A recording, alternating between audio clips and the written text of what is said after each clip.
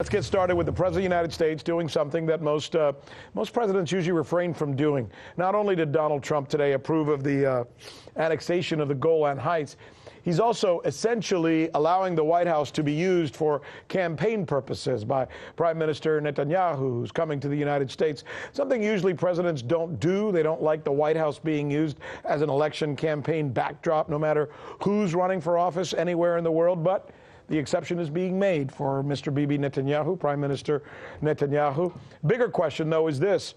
Is Bibi Netanyahu the Trump administration's de facto Secretary of State?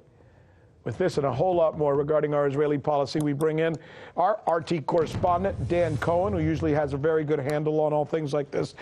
What is it, Dan, that we're missing in the coverage of this story about the Golan Heights? Because I've known you and worked with you long enough to know that you usually know things that others don't know. What are we missing here? Okay, well, we've heard about, the relationship between Kushner, Netanyahu, and Trump. But one of the main things that we just haven't heard anything about is the energy interest in the Golan Heights. There are massive amounts of oil. There are billions of barrels worth. And there is a company called Cheney Energy that's based in New Jersey. And the Israeli subsidiary has found these huge amounts of oil, which if Israel starts exporting it, could actually turn it into a net exporter. So it would be a huge boost for the Israeli economy.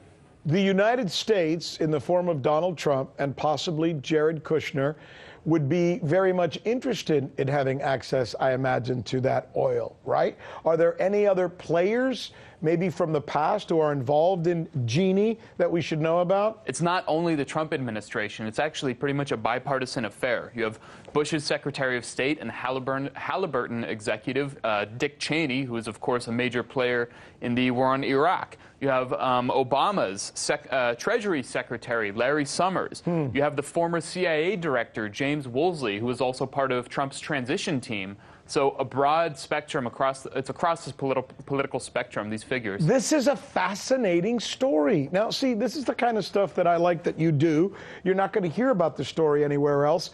The actual idea that the real reason that Trump might be doing this might be because, and by the way, I imagine Bibi's involved in whatever's going on there, right? Sure. I mean, usually prime ministers, if he, now, to be fair to Bibi Netanyahu, he's wanted American presidents to do this for decades. Yes. Regardless of the oil. Yes, I mean he's wanted it for decades. Even though President Obama gave Israel the largest arms deal in history, in U.S. history, he would not recognize Israeli sovereignty over the Golan Heights, nor would any other administration since 1981 when Israel annexed the Golan Heights. One final question, because we've got about a minute left. So we know that Jared has extreme ties to Bibi Netanyahu, as well as extremely tight ties with the Crown Prince of Saudi Arabia. They're obviously buddies. They talk on the phone all the time, according to most reports.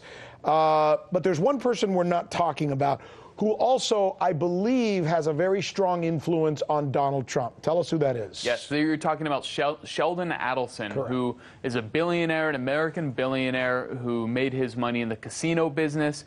He gave $100 million to the Republican Party for the 2018 midterm elections. He also gave $30 million to Donald Trump's campaign in 2016. He's a major backer of Benjamin Netanyahu. Also, he has a daily free newspaper. It's the most widely read newspaper in Israel. It's called Israel Today, and it's widely understood as a Netanyahu mouthpiece. And so he basically, there's the relationship. Great reporting, Dan. Great reporting. Really, well done. Wow. Thank you. Thank you. I'm Rick Sanchez. You found us on YouTube, and that's awesome. But you know what? I'm also live every night at 7 and 8 p.m. Eastern on DirecTV and Dish and cable and satellite, the RT app, and Pluto TV. I'll see you there.